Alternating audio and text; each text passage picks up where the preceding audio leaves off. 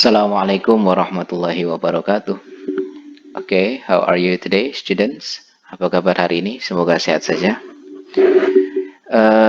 Baiklah, again we are going to have an English lesson ya lagi. Pada pertemuan kali ini kita akan pelajaran bahasa Inggris. But before we start our lesson today, sebelum kita mulai pelajaran hari ini, I would like to apologize to you. Saya ingin memohon maaf dulu karena because the video release is late ya, karena video ini dirilis ya, dikeluarkan agak terlambat. Actually because non-technical problems, karena masalah non-teknis, yakni tadi ada kendala dalam koneksi internet sehingga kami kesulitan dalam mengupload video dan tugas ya. But don't worry about your task ya, terhadap tugasnya, karena itulah kemudian kamu bisa mengumpulkan nanti ya, bisa hingga hari Jumat yang akan datang ya. Jadi diperhatikan saja for today this video, and your task can be submitted until Friday ya, bisa dikumpulkan hingga hari Jumat ya tentu saja. But of course if you can do it today, it's better for you to finish it today ya. Jadi kalau bisa mengumpulkan hari ini itu akan lebih bagus ya, lebih baik, lebih bercepat. Okay, for today's lesson, untuk pelajaran hari ini, actually we don't have any new lesson ya, kita tidak memiliki satu pelajaran yang baru because almost all of our lesson has been finished ya, karena hampir seluruh materi telah kita selesaikan. So today we are going to have only the summary of the lesson in event semester ya. Sekarang adalah ringkasan dari materi pada semester ganda ya. Perhatikan baik-baik, ini adalah ringkasan dan saya akan lebih banyak menggunakan bahasa Indonesia supaya lebih bisa difahami dengan baik. Okay, so you can see in your video there is summary event semester ya, ringkasan untuk semester genap. Okay, let's go.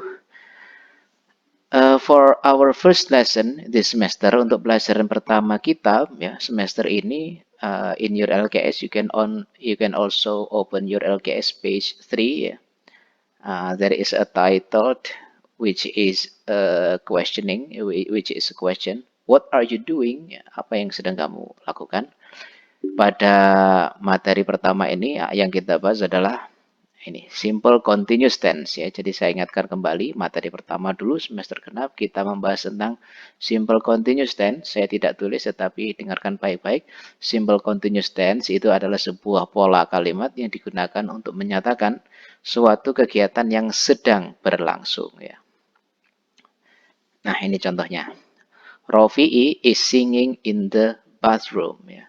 Nah, Rofi'i artinya Rofi'i, karena ini menunjukkan sesuatu yang sedang berlangsung, maka makna bahasa Indonesianya bisa kita tambahkan dengan kata-kata sedang. Ya, Rofi'i sedang menyanyi di jeding, ya di kamar mandi maksudnya ya. Apakah Rofi'i biasa bermain di kamar mandi? Ya saya tidak tahu ya. Rofi'i sedang bernyanyi di kamar mandi. Ini hanya sekedar contoh. Perhatikan bahwa pola utama ya, the main pattern of the simple continuous tense itu adalah adanya to be, is, dan verbnya itu menggunakan verb ing, singing. Jadi Rofi'i is singing ya. Jadi Rofi'i itu adalah subjek, is itu adalah to be, dan singing itu adalah verb yang ditambah ing di belakangnya. Ini menunjukkan bahwa kegiatan tersebut sedang berlangsung. Okay, the second example is Zainal is playing football. Ya, tentu saja kalian sudah tahu artinya Zainal sedang bermain sepak bola. Apakah Zainal biasa bermain sepak bola? Ya, saya tidak tahu. Yang penting di situ ada is ya, diperhatikan, dan ada play-nya itu adalah verb ing, playing football. Contoh yang ketiga, I am doing the assignment. Ini adalah yang sedang kalian lakukan. Saya sedang melakukan atau mengerjakan tugas. Nah, ini ya. Jadi ada to be dan verb ing. Dan ingat to be dalam bentuk present itu ada 3, im, sr ya. M itu untuk I, is itu untuk he, she, dan it, dan are itu untuk you, are, they, we ya. Itu bisa kalian review lagi di buku ya. Buka-buka lagi untuk mengingat-ingat karena ini adalah ringkasan, jadi saya percepat saja. Kita lanjutkan. Contoh yang lain adalah we are painting the classroom. Kita sedang mengecat ya ruang kelas. Oke, ini adalah this is our first lesson. Ini adalah pelajaran kita yang pertama in this semester pada semester ini. Lalu kemudian etc. Itu adalah yang lain-lain dan lain-lain. Oke. Untuk pelajaran kedua itu adalah ada tulisan I'm taller than you. Saya lebih tinggi dari kamu. Pada pelajaran kedua ini yang kita bahas adalah degree of comparison. Jadi tingkat pembandingan. Nah, tingkat pembandingan itu sudah kita bahas semua. Ada 3 macam bentuk. Yang pertama adalah bentuk positif. Bentuk positif itu maksudnya adalah kalau dua hal yang diperbandingkan itu statusnya sama. Contohnya adalah I am as smart as you. I am as smart as you. Jadi perhatikan, ini artinya adalah saya sama pintarnya dengan kamu. Saya sepintar kamu. Itu artinya sama.